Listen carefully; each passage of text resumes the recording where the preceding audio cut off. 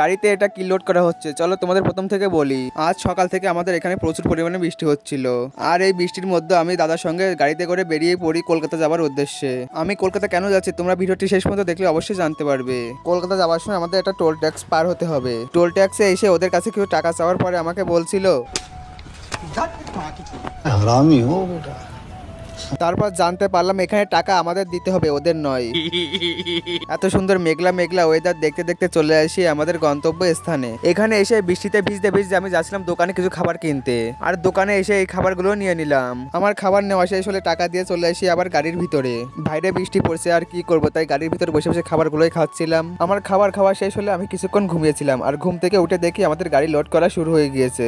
আজ আমাদের গাড়িতে লোড হচ্ছিল মদের পেটি, আর এগুলো সব হলো মদের পেটি। এর কোম্পানি থেকে আমাদের ওদের একটা গোডাউনে নিয়ে যেতে হবে। আমাদের গাড়ি লোড করা শেষ হলে আমরা এখন যাচ্ছিলাম বাড়িতে। আমরা এখন বাড়িতে যাই। তোমাদের ভিডিওটি ভালো লাগলে লাইক এবং সাবস্ক্রাইব করে দাও।